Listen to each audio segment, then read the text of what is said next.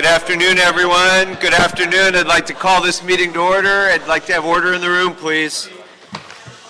Thank you. Good afternoon, and welcome to this meeting of the Budget and Finance Committee for April 3rd, 2017. I'm Paul Krikorian, joined by my colleagues, Council Members Bonin, Englander, and Martinez, and we're ready to begin.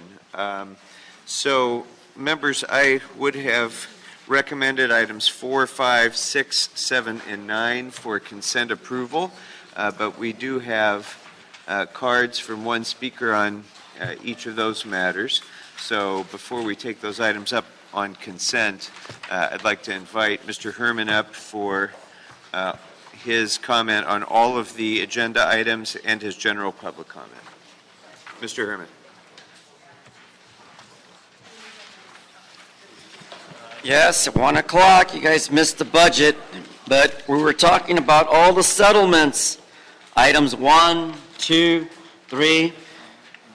They should pay the lawyers on all that up front before they leave City Hall. Give them a waiver, or as you call them, vouchers. Then I go into item number 4. No comment. Item 5, the police department. To what? Request $280,000 unclaimed money seized for arrest to given back to the general city fund? Oh, hell no. You need to give that money back to the homeless population. You need to put that money as an investment to the homeless. Just because you fucked up on the deficit of $224 million, that money should go back towards HHH, JJJ, and H. Thank you, Mr. Bloomfield. And then on item number 6, Mr. Bloomfield's here. We're talking about what? Program services by city administrators' officers. Well, let me tell you something. When you violate a person's right under the ADA, Title II discrimination, like you did with LAPD with me before you went on recess, I spoke to the Commissions of Investigation Division in my request and petition for a complaint with Mr. Cohen, his number 35603, and the other officer, Mr. Yamzon, 356070 for the record. And then going to item 7, the hell with it. Just go to item number 9, since Grand Jury Nuri is back, relative to the what? $2,100,000 in funding for the Bureau of Sanitation to continue clean streets. Have any one of you seen a clean street in LA lately? Have any one of you? Have any one of you driven on the poor infrastructure of our streets that look like the Chanchero streets of Van Nuys? Have any one of you? Absolutely no comment, because it's true. Even the Dibble Dwarf cried on Friday at the meeting. But then I go into item number 9, which is in CD14, a particular area that I have investment in. Weezer wants $10,000 for the new Civic Center after he invested so many millions of dollars and not even to put a roof in an old fucked up building made by the Masons. And then in item number 10, in closing rebuttal regarding Cedillo, I won't talk about because he's not here, he's cool, but Joe Blow Busquiano, Joe Blow ought to stick the trash receptacles right up where the sun don't shine, because if you go off of Imperial, did you hear that? Go off of Imperial, a dribble dwarf, Goatman. If you go off of Imperial by the Rosa Park station, that's where you need the goddamn trash cans. Get it? Am I done, Goatman? You are done. Thank you. And we're going to go ahead and hear from Rob Kwan next, who has multiple items and public comment as well. Rob Kwan.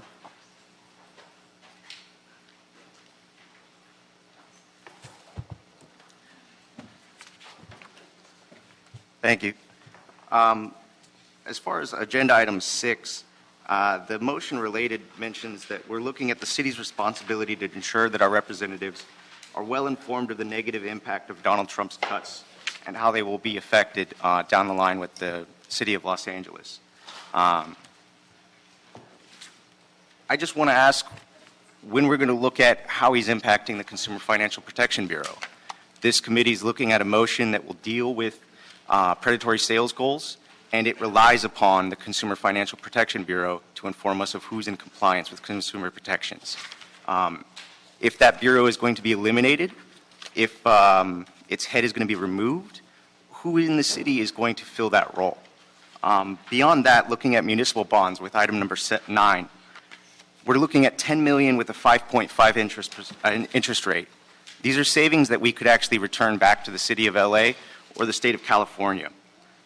If we actually commissioned a study to look at the feasibility of a public bank, this money down the line could actually return to our people instead of being wasted. Beyond that, I want to talk about our portfolio. As a city, we're all waiting and watching. We have a portfolio that does not reflect our values. I would ask all of you, if you went to your political consultants and asked them to look at our city of LA's portfolio and told them that was your own, and they saw hundreds of millions of dollars in Exxon, Mobil, and Chevron. They saw money going to the banks that are funding these private prisons that are going to be housing Donald Trump's detainees for immigration. If they saw that we have Caterpillar, John Deere, companies that are going to be profiting directly from his border wall. If they saw that we were continually investing money again and again in Bank of Tokyo Mitsubishi and was one of our largest holders in our portfolio, an even bigger financier of the Dakota Access Pipeline than Wells Fargo is, what would they tell you? I think they would tell you to divest. It's pretty straightforward. San Francisco has a better policy than we do. They look at stuff beyond safety and return. They look at community reinvestment. They look at the environment. They look at actual ethics. These aren't things that can dominate that conversation and can crowd the Office of Finance, but we provide them no direction at all on this right now. I fully believe the Office of Finance is dutifully doing their job and carrying out the policy that they've been put forward with. But it's our job to give them a little bit more direction so that our portfolio, those $8+ billion, reflect our values as a city. Thank you. Thank you. All right. Thank you, folks. Thank you, folks. We're not going to do that. Mr. Herman, be quiet. Mr. Blumenfield, you have a comment on item number 6? And item number 6, given the urgency of getting this information both for our congressional members but also for ourselves before the budget process, I'd like to ask that this report be done prior to our budget, so by the 20th of this month, so within two plus weeks. Okay. Any objection or further questions on item number 6? There being none, it'll be the action of the committee to approve the motion as recommended. Mr. Englander, you had questions on items 4 and 9? Yes, sir. Item 4, I was going to ask if, for a friendly amendment, that we ask that, as part of the annual fee studies, that all of those costs, no matter how minuscule, they are all included in the fee studies and should not at any time come out of the general fund. That is very friendly. Anybody have any other questions or comments on that? Seeing none, it will be the action of the committee to approve the recommendation as amended by Mr. Englander. Item number 9, Mr. Englander? Yeah, 9. Two things. I was curious as to if the cost could be actually MCLA, if it's applicable for MCLA. And because I didn't know demo fell under MCLA or not. I didn't know if that was we were able to MCLA finance demolition. So that was my question. And then the second question, this is for those of you that are not following the agenda,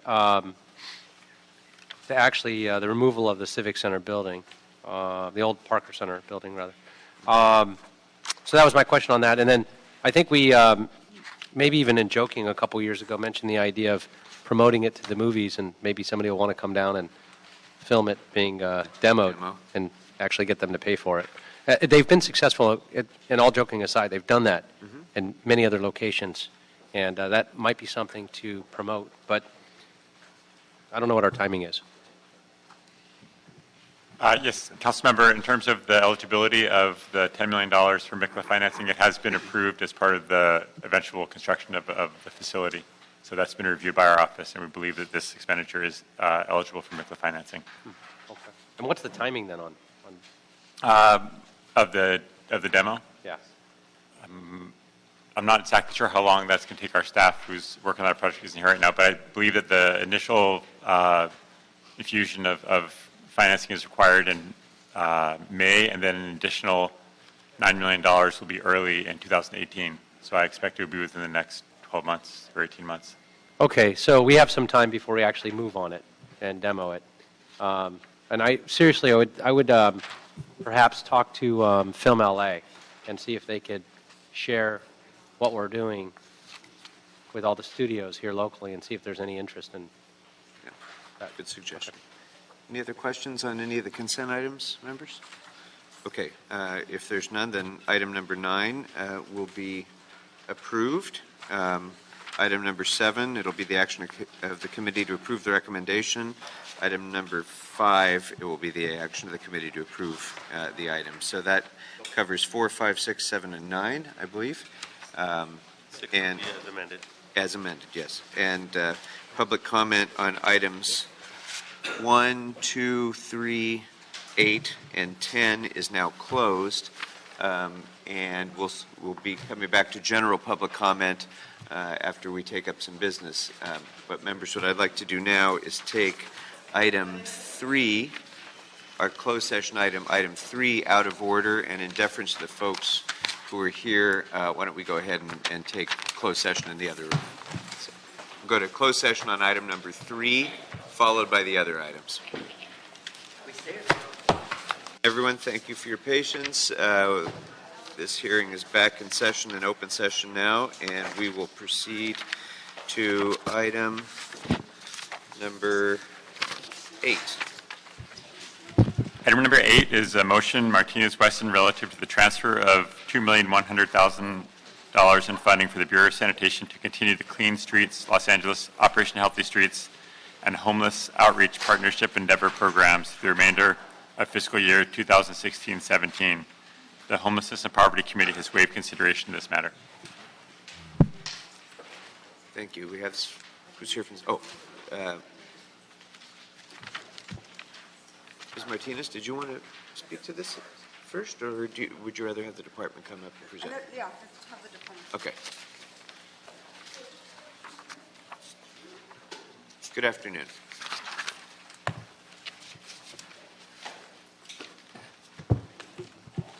Good afternoon, Mr. Chair, members of the committee. Enrique Zaldivar, I'm the General Manager of LA Sanitation.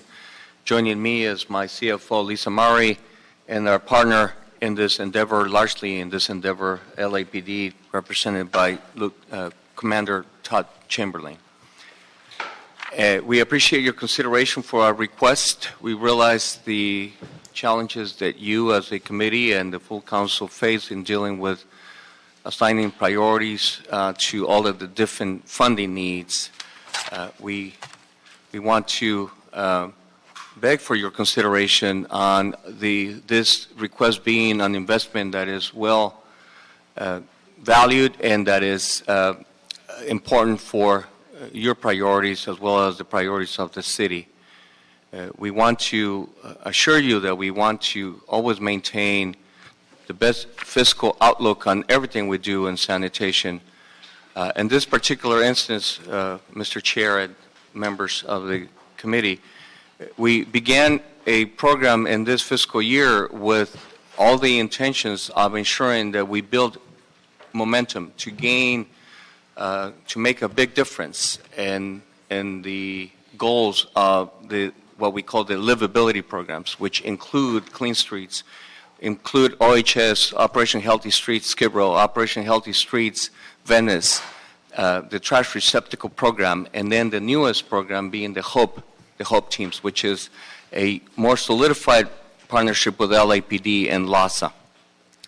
And because of many of the unknowns, both in quantity and complexity of what we're dealing with regards to ensuring public health and the general health of our streets, it was important that we maintain a pace that we would try to maintain some sense of reasonable response to the demand of our services.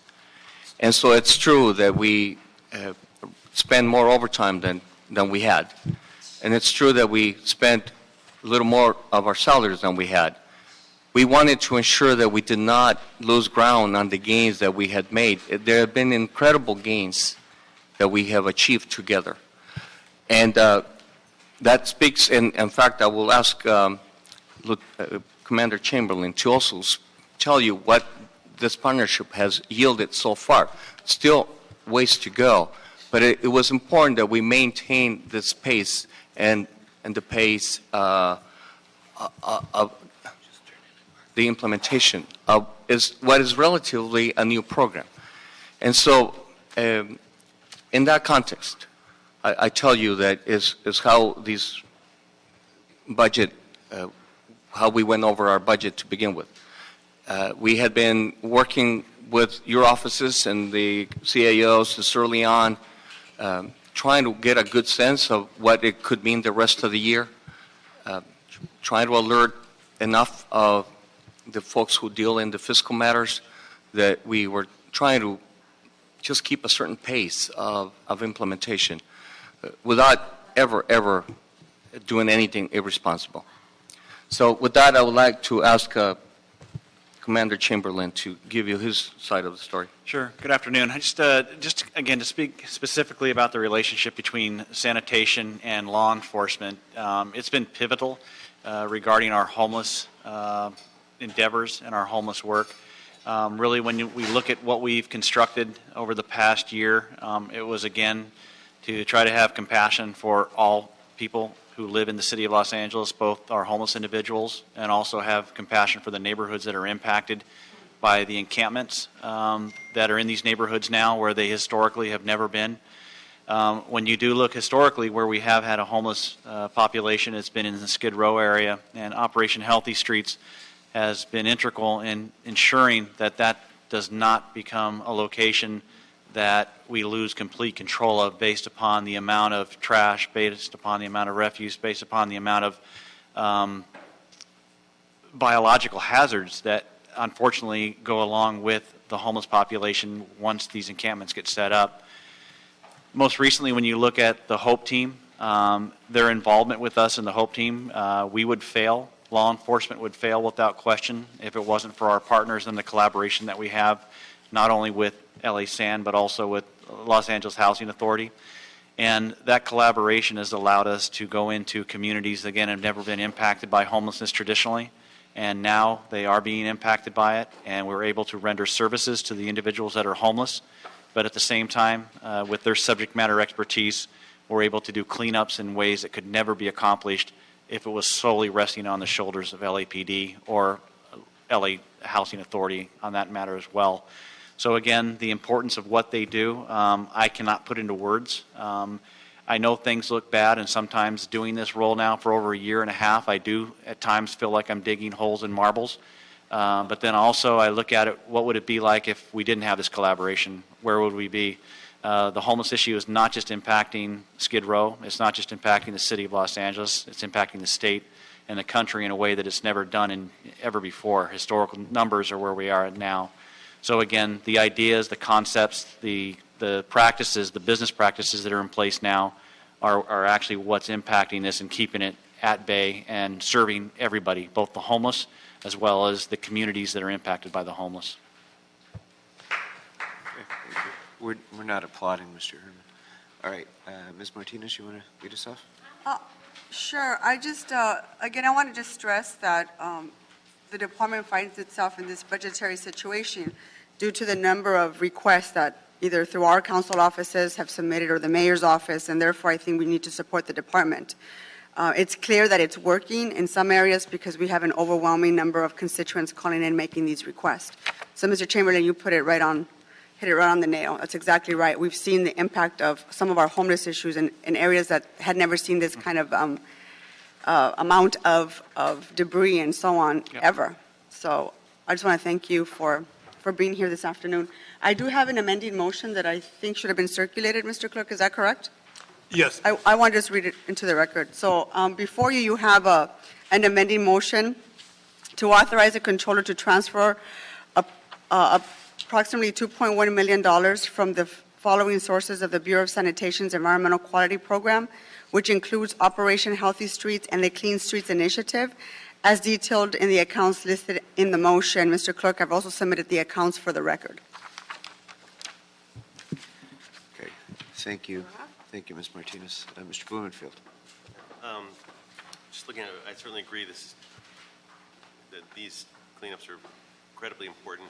Just had some questions on the money, and I'm looking at this item here. So it's not going to come out of the homeless shelter program, or this is the accounts within the homeless shelter program? Is that, where's the money coming from? I think Lisa, amending motion has some other origins. The different accounts are listed on the amending motion. Okay, so it's no longer the homeless shelter program, or is that? I was just trying to figure out how we have the surplus in that funding, because we just voted to increase the amount to year-round, and we have the weather this winter, and so the funding that's coming out of it, I guess, let me just ask it. Is someone here from the CLA's office that can run us through the numbers? Homeless coordinators here. Where is? Yeah. Okay. Meg. Is there any, I guess I just want to have my eyes wide open. I totally agree with what we're doing in terms of the goal here. I just want to have eyes wide open. What is the impact of the transfers in these other funds that we should know about? Meg Barclay, City Homeless Coordinator. It looks like these are all funds that were allocated to the Los Angeles Homeless Services Authority in 2016-17. I think the GCP line item is generally called Homeless Shelter Services, but the specific accounts are from Navigation Open Door Center, Safe Parking. It's the same general line item in the budget that the shelter goes into, but it's not from one of the shelter accounts. And Mr. Bloomfield, in each of these categories, we're talking about for the remainder of this fiscal year, and these are funds that probably would have been unlikely to have been spent by the end of the fiscal year on these programs. Am I right about that? I think there were monies that couldn't be charged, couldn't be spent this fiscal year. That's what I'm saying. So yes, I believe that to be the case. Some of that is, for instance, the navigation centers, open door centers. Those are funding for operations of storage facilities and things like that weren't able to open this year. Could potentially be available if they were rolled over into next year if we were able to open new centers, but not so far. We haven't opened a new one this year. So this committee would certainly want to take a hard look at funding for these same programs in the coming budget hearings, because I know for myself the navigation centers serve a very important function as well, and those will need to be funded. We can't. That's the reason for asking the question, is just trying to make sure that if we are making a trade-off, that we fully understand what the trade-off is. But what I think I'm hearing is that at least for this fiscal year, we're not making a trade-off, because this money is money that would not be spent. Right. Is that correct? And then, obviously, we have to make the decision as we move toward next year's budget of what that trade-off is going to be. I can't say that is correct. I mean, yes, we could have spent this money. Yes, we could have spent it. But in the current situation, we find ourselves put in a position of having to fund a program that I think everyone would agree is serving a very important purpose, and everyone would agree has been a great success.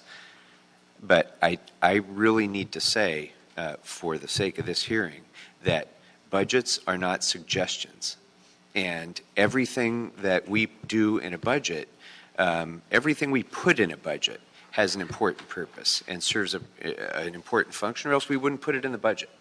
And we can't, I just have to say, we can't be in a situation of, and this is all with the best of intentions, because Ms. Martinez is exactly right. Every one of us is making tremendous demands on sanitation and LAPD and LASA and everybody else to try to address and respond to homeless situations in our district. We do it every single week. Every one of us does. But if we can't meet those needs within the confines of our budget, then as a city, we need to figure that out. We can't just act and then try and clean it up in retrospect. So I think this is an elegant solution to a problem that I would have been happier had we not been in. And I'm going to be supportive of this, but we just can't be in a situation where we keep spending money that isn't budgeted and then coming back and saying, well, we need more money because we don't have it in our budget. And that doesn't work for me. So, Mr. Bonner. Thank you, Mr. Chairman. Appreciate your comments. I agree. I'm more focused, however, on the other side about the why we didn't spend the money that we're looking to move. And I don't necessarily want to blame the departments for that, because I think a lot of that falls with us, the council, for not moving forward on storage and some of the other things. Who is responsible for spending this money? Who has this money in their accounts? Is this HCID, or is this LASA, or is it some combination? The funding itself is in accounts at HCID. It's under contract between HCID and LASA. The Navigation Center, that's the largest line item on the list. That funding hasn't been necessarily indicated for individual projects. We've been working on a number of fronts to try and site storage facilities that could serve as at least some form of a navigation center, and we haven't been successful, not for lack of trying, but yeah, so that funding itself LASA wasn't authorized to spend it until centers had been identified to spend it. So if we were able to, so ultimately LASA tells HCID we're ready to spend this, and HCID transfers it over to LASA. Or council directs them to say, this is the storage center or whatever that we need to spend this money on. So if we were to open the storage center in Venice prior to June 30th, or if we were to decide to do that, there's money that has already been spent by Rec and Parks to improve the facility. That money needs to be repaid. Right. Would this prohibit us from opening prior to June 30? Would the funds that there be then depleted? The funding source we had anticipated for Venice was this line item, so it would mean needing to find another source of funds to do that. Okay. Safe parking and mobile showers. Lava May, which has been operating mobile showers downtown and in Venice, is looking to expand to a couple other locations. Would this prohibit them from doing so prior to June 30? No, there's still funding left in that line item. Still funding left in that line item. And safe parking. If lots were identified, and I know there's a couple in CD5 that are eager to get going, does this preclude them from having money to do anything? I know we don't have an agency that's managing the program yet. There's still funding in that line item. That line item had, I believe, $770,000 in it this year, and so this is the funding that is. So the balance is around $500 and some odd thousand after this reprogramming happened. Okay, so just to put a. Oh, okay. It's 500 now. Wait, is the 200 for? But the 200 you anticipated? Sorry. LASA can speak to the state of that line item better than I can, but thanks, Stuart. Good afternoon, Stuart Jackson, CFO for LASA. What was the question again? Well, I was asking about the safe parking program. Mm-hmm. My understanding is that LASA put out a request for proposals for operators of the safe parking program. They didn't really get any responses, and the feedback that we've gotten from social service agencies is that the RFP was way too prescriptive, and I know that Ms. Gruhl and Mr. Pearson from the Commission have been looking to have LASA reissue that RFP with more responses. Does this take away the funds for that and therefore disallow us from reissuing the RFP this fiscal year? So the budget for safe parking and showers was, as Meg mentioned, $770,000. The only reduction in that amount would be the 106 identified in the amended motion. So that would leave the balance available for safe parking and mobile showers for either Lava May or for the safe parking providers that you mentioned. So it still allows Lava May to add a couple locations as planned before the end of the year, and it still allows LASA to reissue the RFP? Yes. Okay, all right. So on the navigation open door again, this would preclude me from opening storage in Venice if the neighborhood council, we're sending the neighborhood council the various options that you've outlined in your memo. If they're okay with moving forward, this would preclude us from doing so until the next fiscal year. Unless we're able to find another source of funds. Okay, and it's, how much is owed to Rec and Parks? $750,000 was the cost of the renovation to the rec center. Okay, all right, all right. So we haven't reimbursed them yet because we can't use this line item until it's officially going to be a storage Right, site. but we do have to pay them. That's front, yes, they need to be reimbursed from somewhere, yeah. Yeah, okay, all right. So thank you, Mr. Chairman. I'm obviously very sympathetic. I can't support the source from which the funds are coming at this time.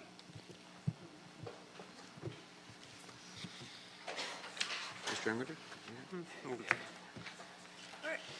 Has there been any consideration of a loan from other special funds? Is that feasible? I'm not sure who would best have, who's looked at that or could look at it. But for example, the SWRF. Is it possible to take a SWRF loan to be repaid, given the fact that it is, seems to me that there's a nexus there? Has that been something that you've looked at or the city attorney has opined on? Or We try to and have done so in some instances where we loan from any one of our special funds for either a gap or the startup of something. In fact, these very programs, when they were initiated, many of them came with no funding at the start. All of it was being front-funded by SWRF. And then the reconciliation through your budget process occurred, either in the FSRs or in the mid-year or in the end of year. And so that has been done, in which we front-fund and then get reimbursed. And so in effect, it would be a loan that we would be structuring. so that would be a feasible option to carry you through the end of the year on clean streets then? Hi, Lisa Mowry, Chief Financial Officer. We can do a loan. What it would require would be council action, setting up the authority to make the loan and committing to general fund reimbursement Okay. or reimbursement from some other source of funds. So for example, there could be a SWRF loan and the guarantee of funding repayment could be all of the items that are identified in here, for example. Correct. So if these were not funded, if these weren't spent and were rolled over, it would be repaid out of that. One point is we're required when we do loans to also include interest. So if SWRF did front fund it, depending on how long of a period that was, that could increase the eventual cost. Okay. Okay. Are we required on the interest as a matter of policy or as a matter by law? Based on the status as special funds, the way they're set up is that all interest for the fund accrues to the fund and remains there, which has been interpreted to mean that whenever there's a loan out, that is a loss to the ratepayers that paid in, and they need to be made whole.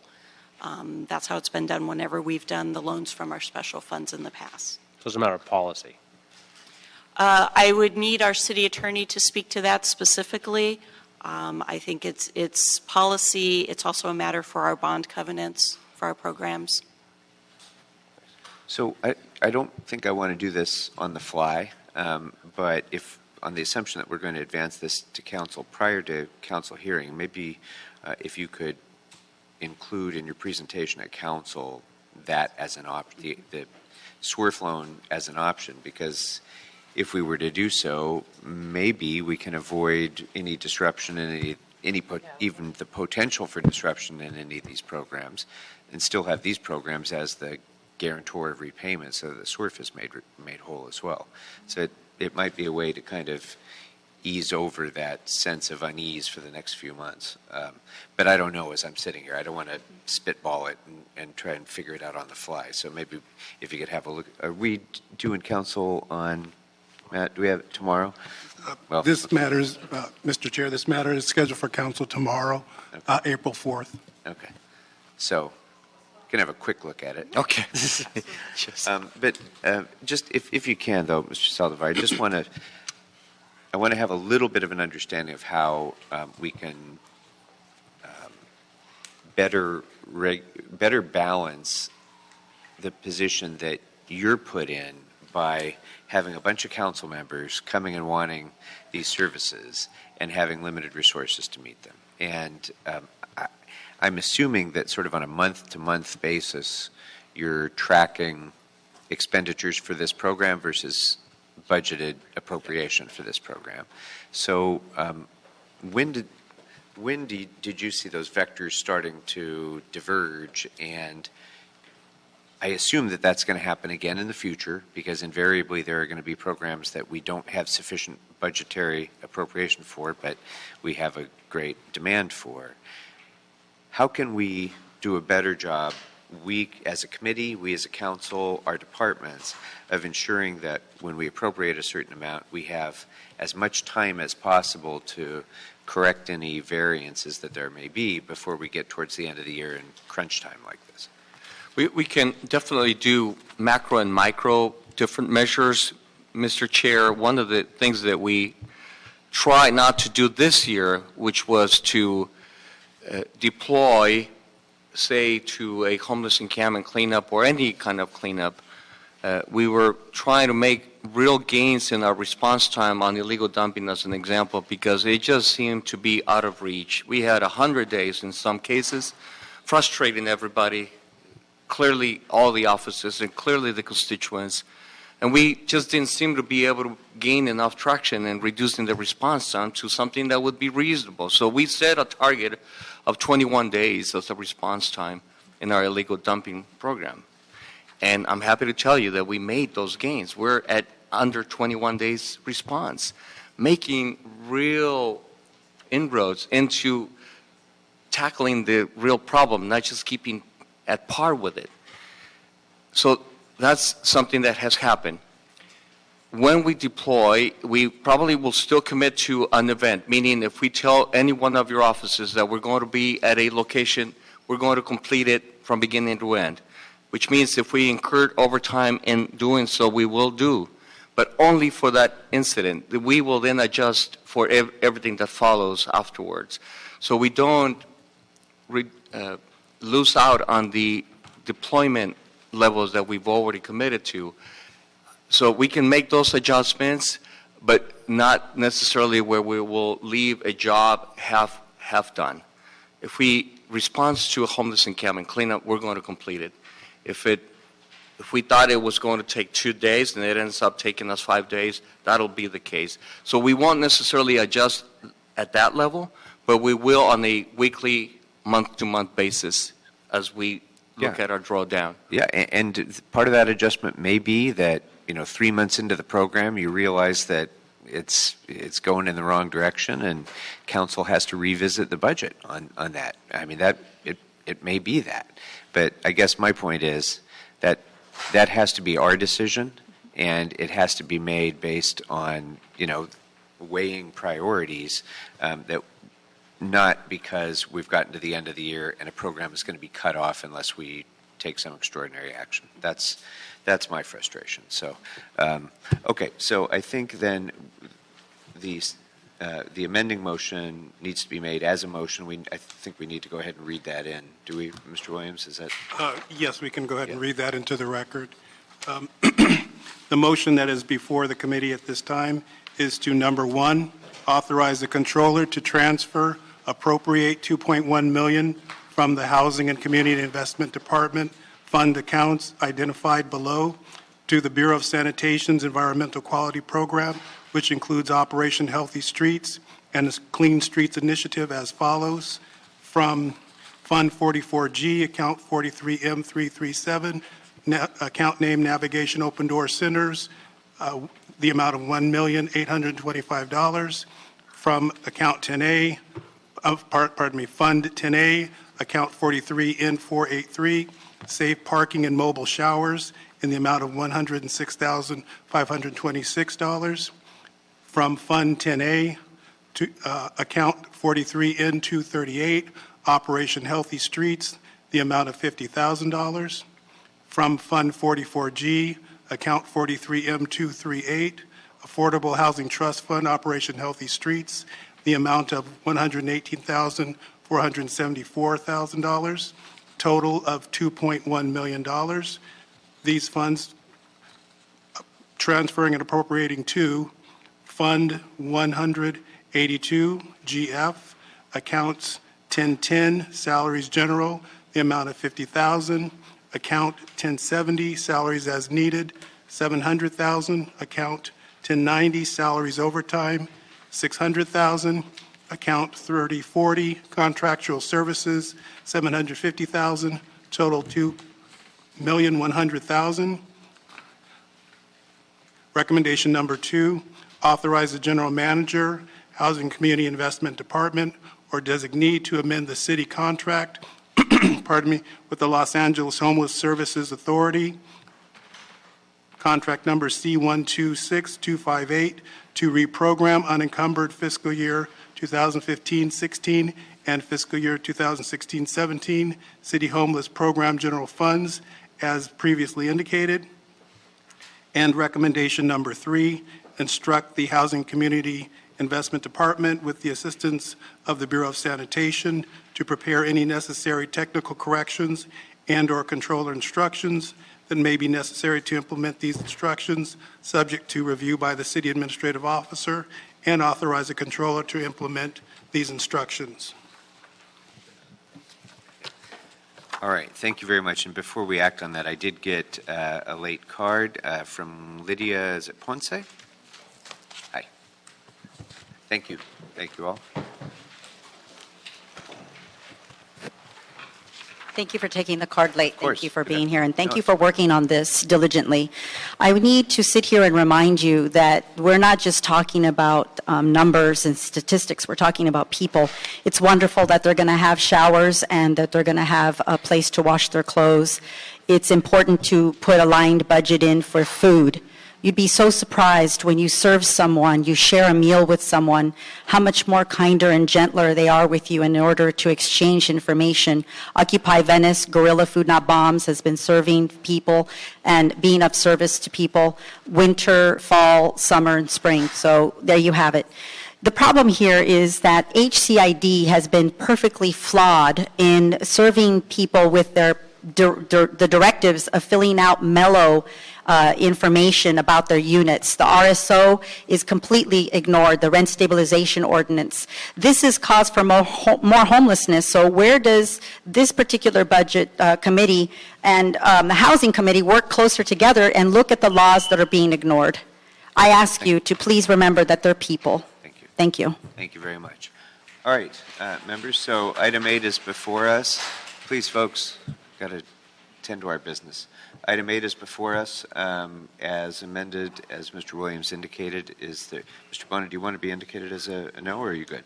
You're a no? Is it no? Okay, you're a no. And I would just add that to the report that I've also requested the sanitation return prior to tomorrow's vote with a with consideration of a SWRF loan as well.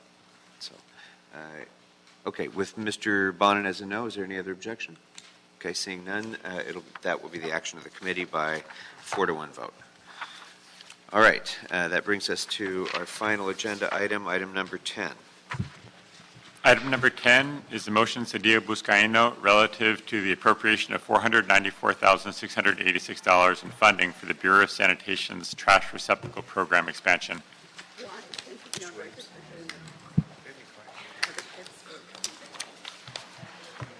No.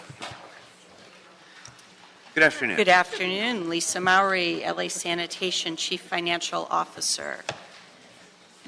During the budgetary process for fiscal year 16-17, part of the funding that was in the mayor's proposed budget for the street receptacle program, which is a critical component of the Clean Streets program, was removed from sanitation's budget and placed in the uncommitted balance until such time that sanitation could roll out their deployment plan to all of the council districts, get approval on where all of the locations were going to be for the street side receptacles, including the 1,250 new ones that were in the budget. That has occurred. We've met with all the council offices. We've worked with them very closely to make sure everybody's comfortable with where the receptacles are being deployed. So we are requesting that this amount be moved back into the sanitation budget to allow us to complete the street receptacle program for the rest of this fiscal year. Okay, so the 1,250 receptacles have already been placed? Almost all of them. They've all been purchased. The vast majority of them have been rolled out, and we're doing the final ones over the next week or two. Okay, so my only point on this is sort of similar to on the last item.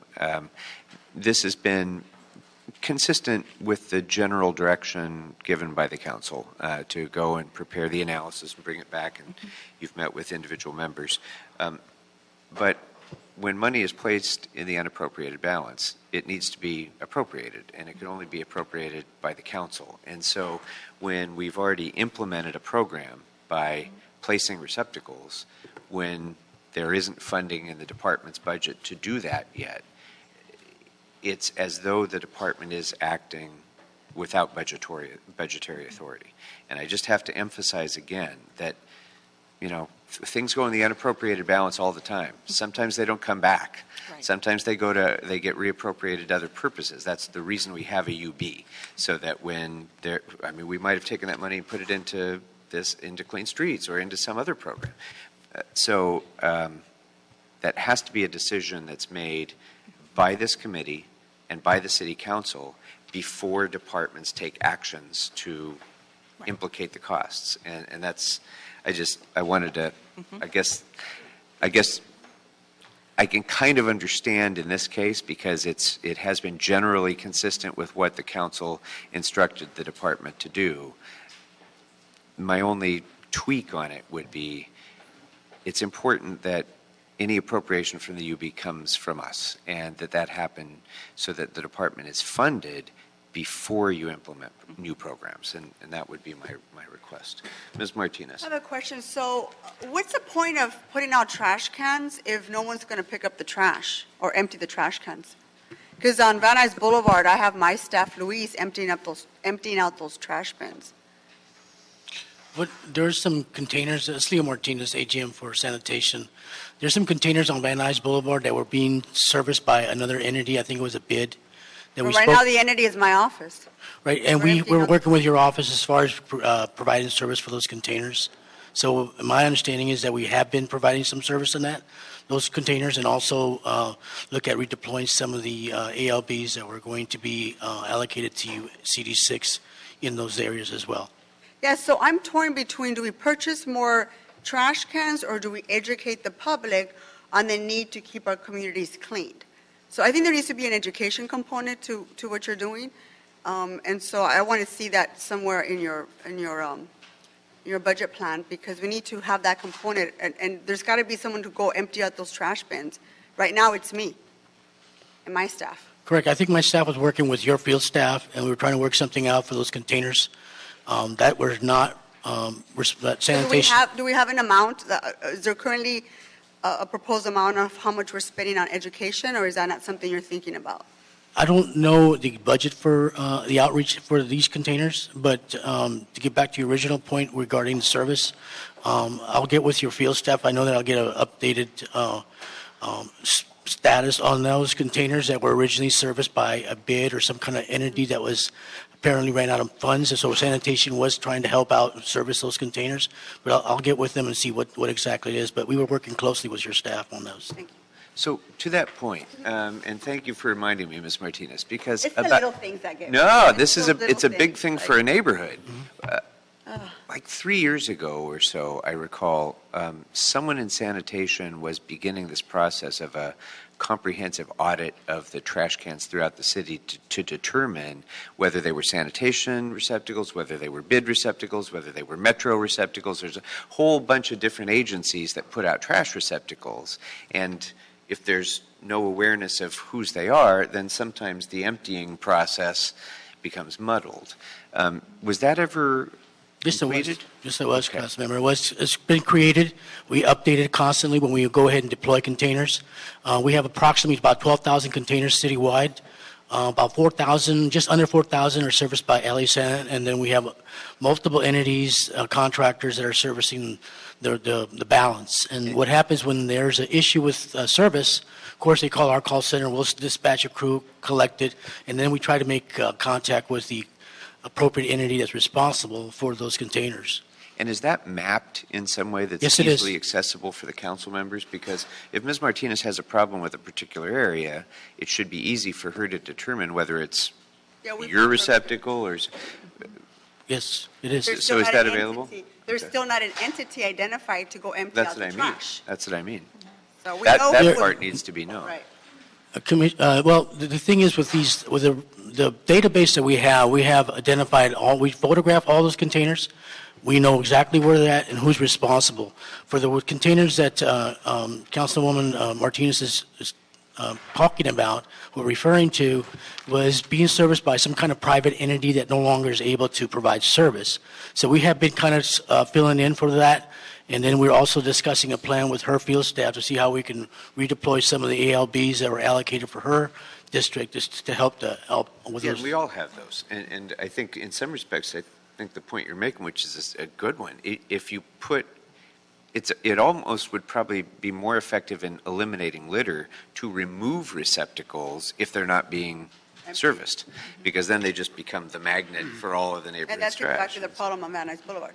So I think it would be important for all of us to know exactly, where those are, who services them, and final last point before I go to Mr. Englewood, is the funding that we are providing here from the UB,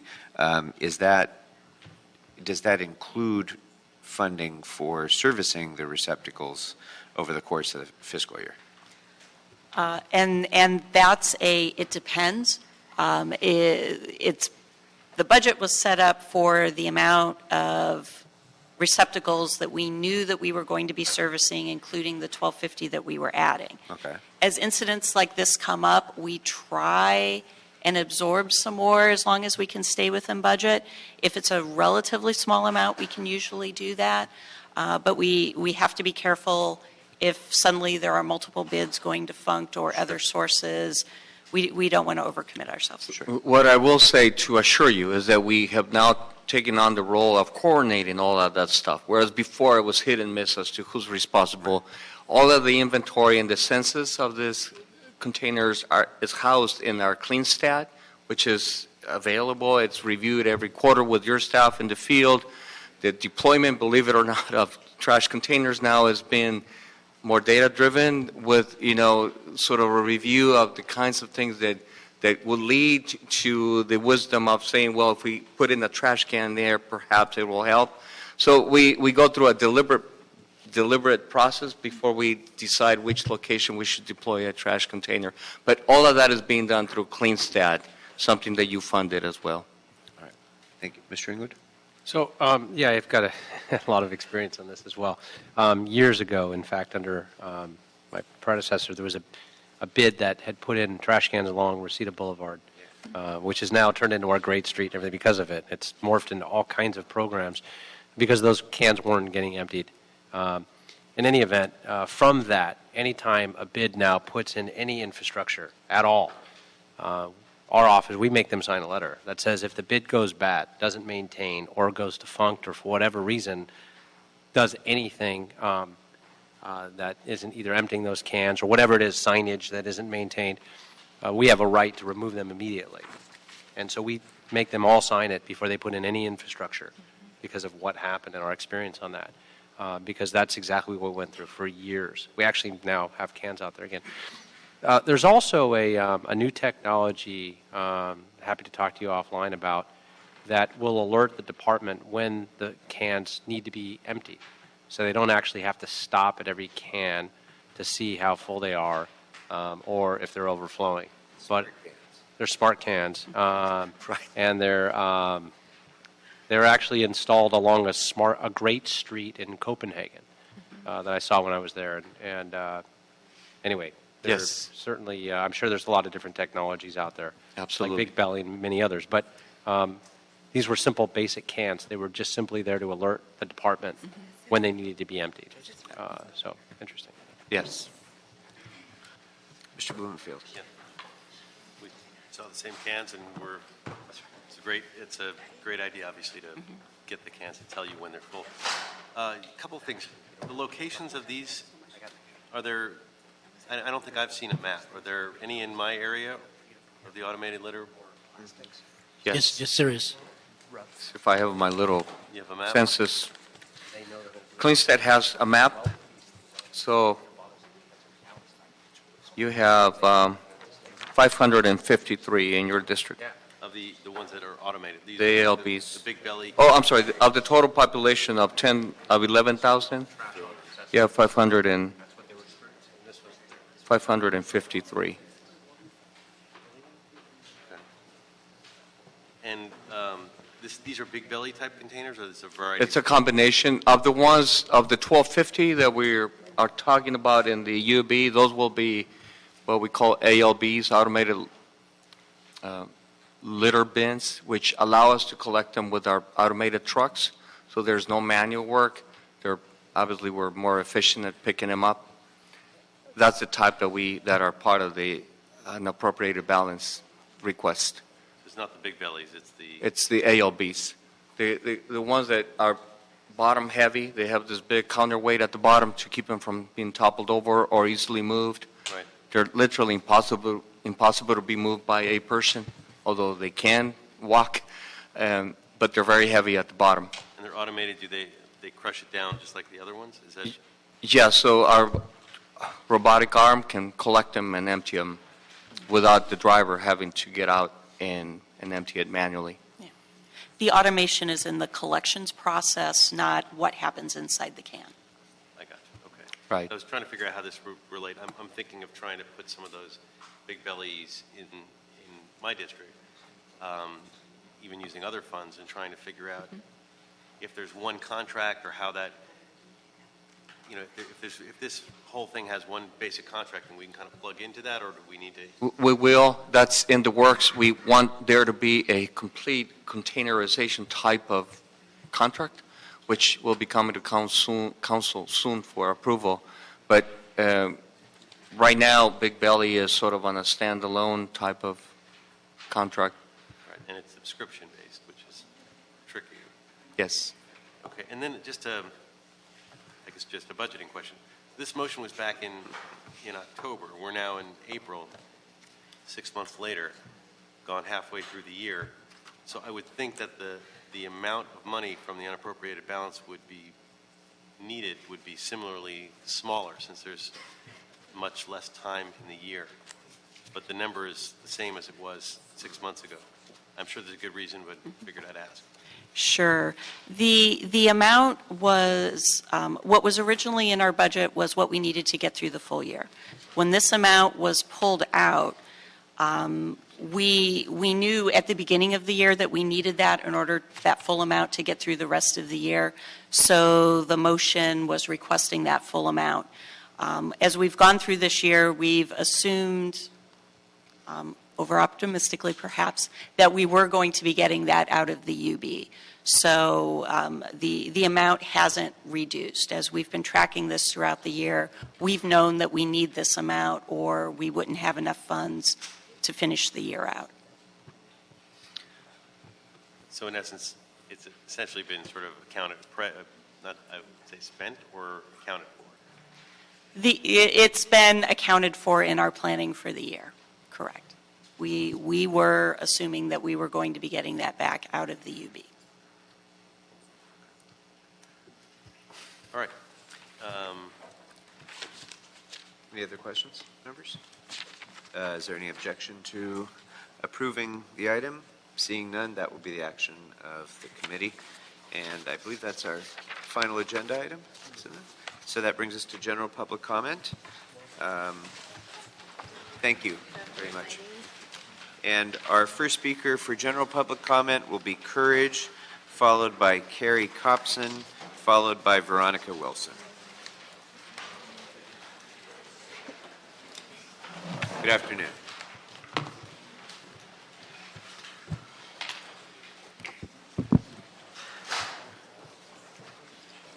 Good afternoon. Go ahead. Hello. First of all, thank you so much for continuing to work with us and listen to us. I just wanted to point out something that I see happening across this country is that Washington, D.C., Davis, California, Albuquerque, New Mexico, Seattle has divested $3 billion from banks funding DAPL. Santa Monica, $1 billion, and San Francisco, $1.2 billion, and LA is considering $40 million. Let me just say that's a good start. Really, my generation here has seen something huge, is that big money and corporations seem to have so much powerful influence over all our systems, from prison systems to media to big pharma to police practices to post-secondary education. I don't want to see my city, LA, held hostage similarly by the banks that they do business with. And so really, I want to tell you, look behind me. We are not going to back down. We're going to continue to come here until we hold our representatives up to do the right thing. And we really do feel that what we're backing here is something that is very human and very much in the right. Thank you. Thank you. Our next speaker is Carrie Copson, followed by Veronica Wilson. Hello, my name is Carrie Copson, and I want to thank you all. I'm here today showing a picture of my granddaughter. I am with Divest LA, and I worry about if this little girl is going to have water. And I'm here because I think that LA needs to do something. She represents millions of kids with oil leaks happening all over this country. Lead in how many cities, especially here in Los Angeles as well. We've got to start protecting this water. Look at her.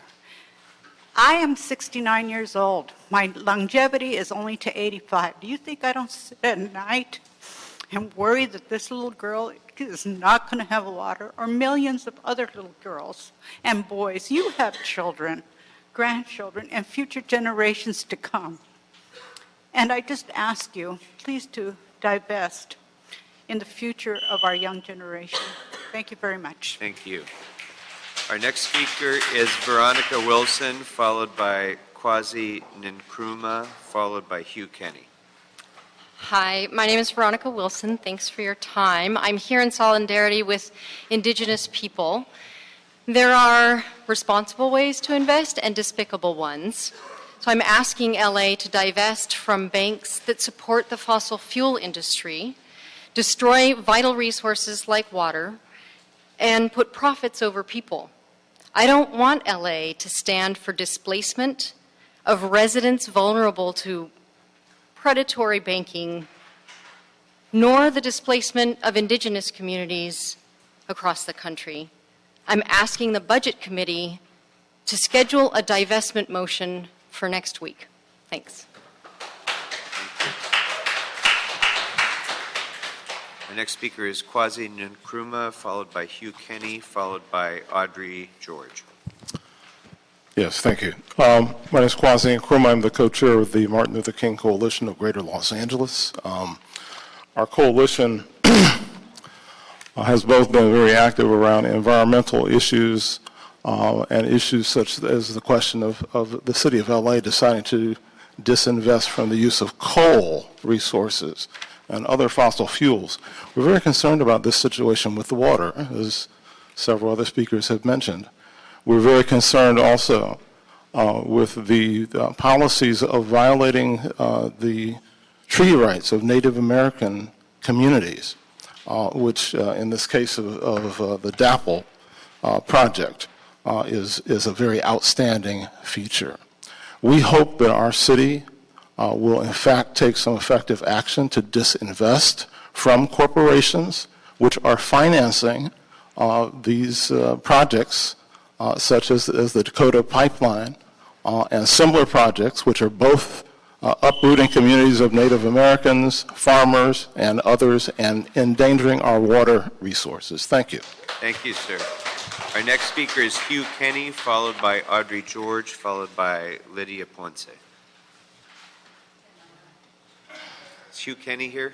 Yes, sir. Okay, go ahead, sir.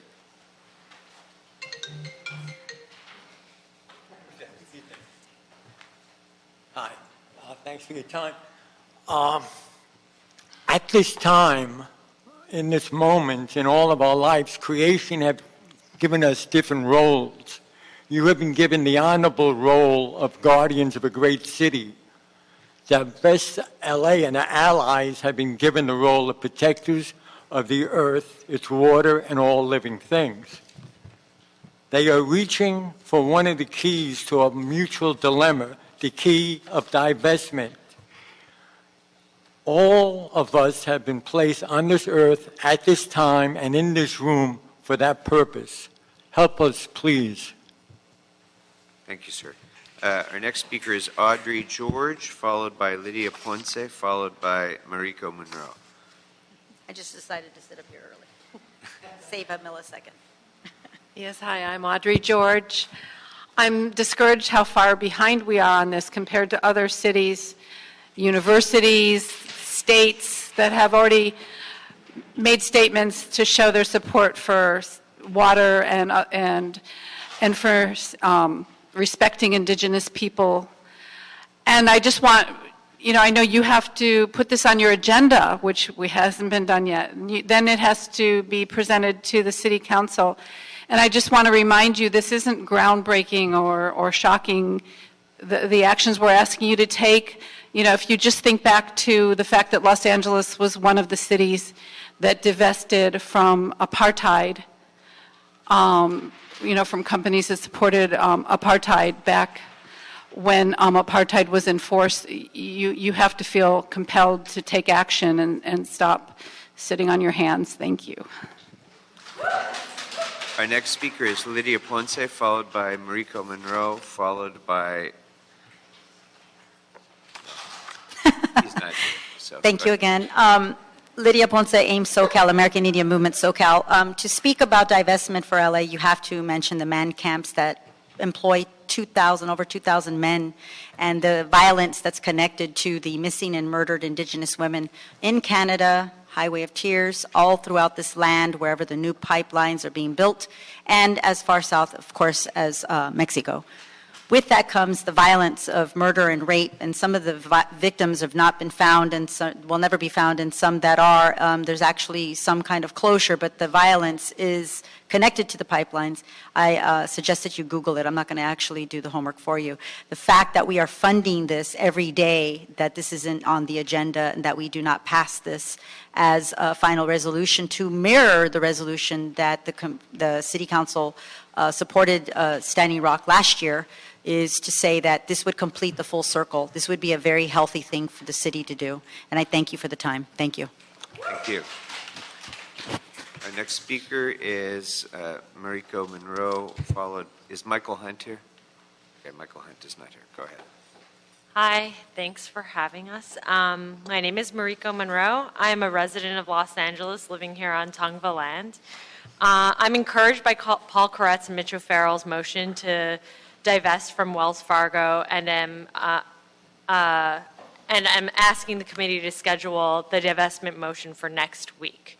I'm here to express support for the motion as a symbolic gesture with the hope that Los Angeles will enact a full divestment from not just Wells Fargo, but also all banks with records of predatory lending, environmental racism, and genocide. LA should look into investments with renewable energy, not fossil fuels. The indigenous-led movement at Standing Rock has sparked a fire in our hearts and has continued to here at home. It's everywhere. Seattle, San Francisco, Davis, as everyone has mentioned so far, Oakland, they've all begun the divestment. So we really need to put this on the agenda. Thank you. Thank you. Our next speaker is Tamar Case, followed by Maro Kakusian.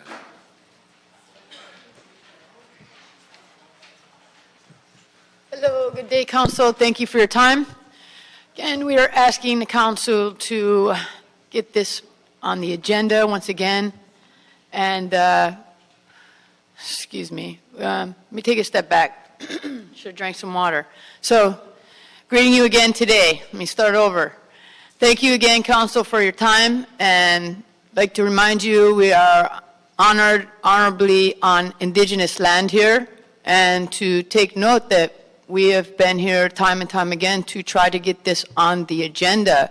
We can no longer afford to waste time. Time is of the essence. We have people, we want to also look at measure HJ44, which the President has signed, and how is this going to have an impact and a direct correlation to your divestment of Los Angeles. Thank you and have a blessed day. Thank you. You as well. Our next speaker is Maro Kakusian, followed by Irene Montantes. Hi, good afternoon. After the financial crisis, after the bailouts, after too big to jail, and after multiple lawsuits for everything from fraud to illegal foreclosures, it's hard to imagine why some are still considering Wells Fargo as a place for the city's money. Wells Fargo has given no indication that they have learned any of the lessons we had hoped. After their fraudulent account scandal, they continued to fleece customers. A recent Financial Times report found that between last July and September, the bank's income from overdraft charges grew 7.5%. That's a rare 5 times faster than the rate of their main U.S. competitors, who had a mere increase of 1.3%. They haven't learned, will our city leaders? Annual fraud is not a sound foundation for our city's banking practices. I respectfully ask the Council to schedule the divestment motion for next week. Thank you. Thank you. Our next speaker is Irene Montantes, followed by Adrian Trewalla. Good afternoon. Good afternoon. Before I start, I want to give recognition to the Tongva people and respect to their ancestors and those who still remain on this land, who for thousands of years were the original inhabitants of what is now called Los Angeles, were and continue to be the original inhabitants.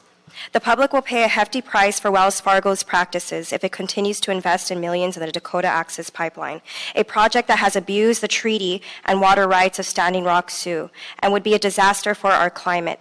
Los Angeles should not be in a relationship with banks that engage in anti-consumer and anti-environmental practices. The Standing Rock Sioux have stated repeatedly that allies in their fight need to target the investors of the pipeline by divesting from those funding the pipeline. The time is now to take a stand for protecting our citizens from the consequences of these activities.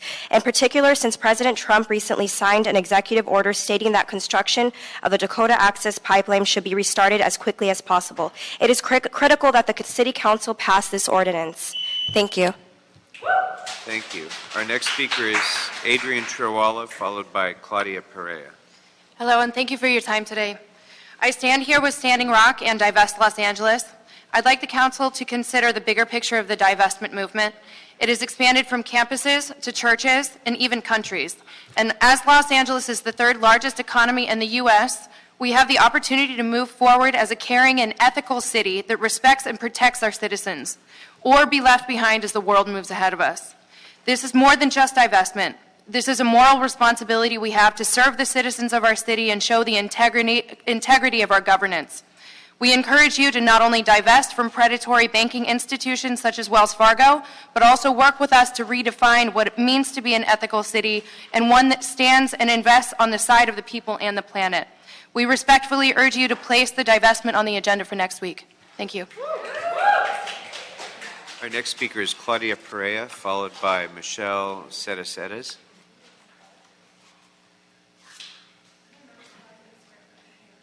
Okay. Good afternoon, Finance Committee. Once again, thank you for hearing our comments, and thank you, Member Kilcorian, for meeting with us last week and the free parking. Really appreciate that. It's getting expensive, y'all, but we're dedicated. So as we know, we're here to represent both the indigenous and community as well as the community of Los Angeles.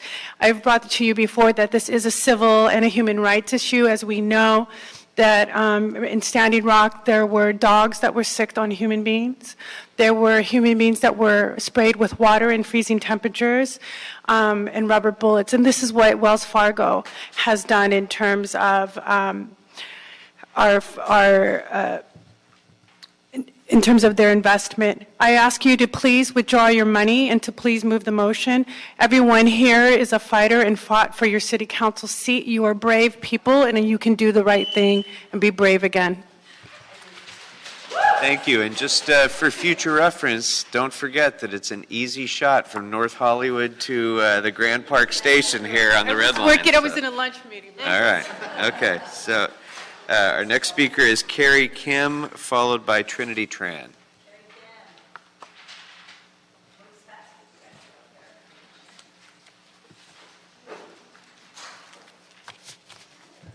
Thank you, council members, for your time.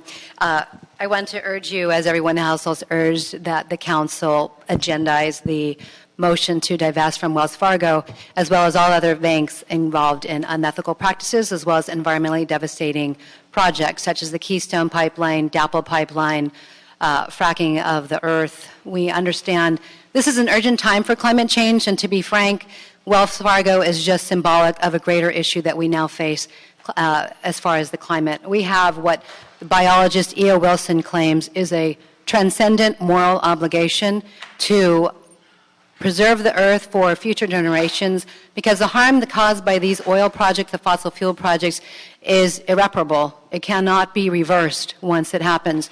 So I encourage the council to do the right action for future generations, to respect that water is life, and water, once it is polluted with oil, cannot be cleaned.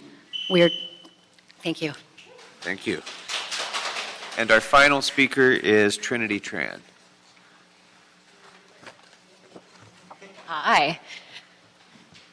At its very core, what we're asking for is simple. We want the City of Los Angeles to move its money and its funds, its investments from a bank that has been indicted numerous times for fraud, that the city itself has repeatedly sued, that has targeted elderly communities of color, finances the destructive Dakota Access Pipeline.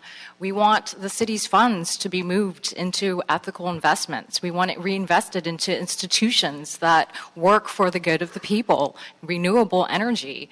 With the banking contract coming up in June of 2017, we want to strengthen that responsible banking ordinance to make sure that whichever bank is coming in to assume the contract, there needs to be reasonable ethical guidelines. And this is the chance for Los Angeles to take the progressive lead, follow the example of Seattle, of Santa Monica, and restructure the financial system here in Los Angeles so that it helps and protects and not harms the people. Thank you.